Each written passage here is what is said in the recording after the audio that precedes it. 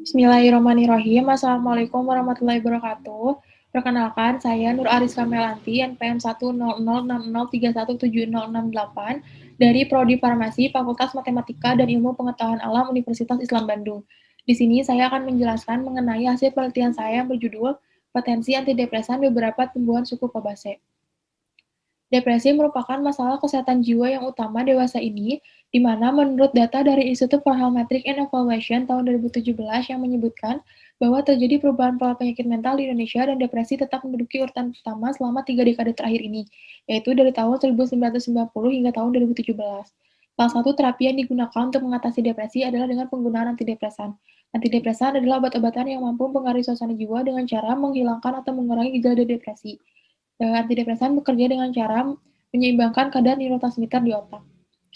Di Indonesia, masyarakat sering menggunakan tumbuhan herbal untuk pengobatan penyakit, sehingga dibutuhkan data ilmiah yang akurat untuk mendukung pengobatan dengan menggunakan tumbuhan herbal, sehingga nantinya efek farmakologinya bisa lebih maksimal dan efek samping yang merugikan dapat dihindari.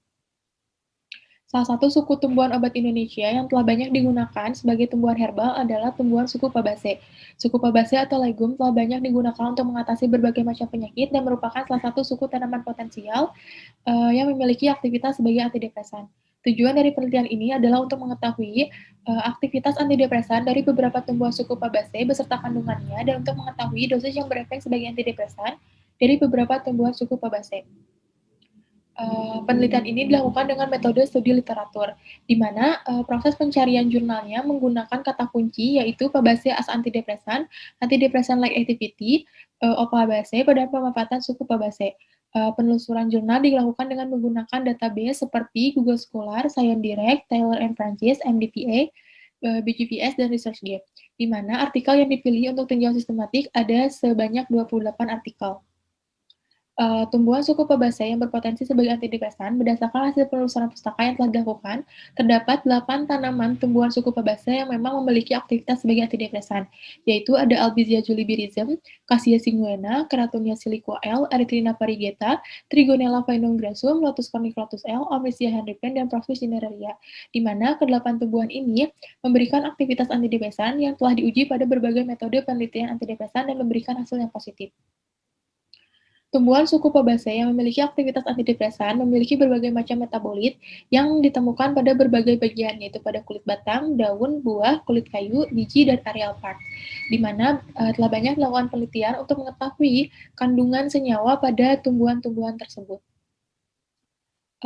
Senyawa yang berperan dan mekanisme kerja sebagai antidepresan, berdasarkan tabel ini dapat diketahui bahwa terdapat 3 tumbuhan suku Fabaceae yang telah diketahui senyawa aktif yang berperan sebagai antidepresan, yaitu ada Trigonella phainongrassum, Lotus corniculatus L, dan Omycia henripen, sehingga ketiga tumbuhan ini merupakan tumbuhan yang paling berpotensi sebagai antidepresan.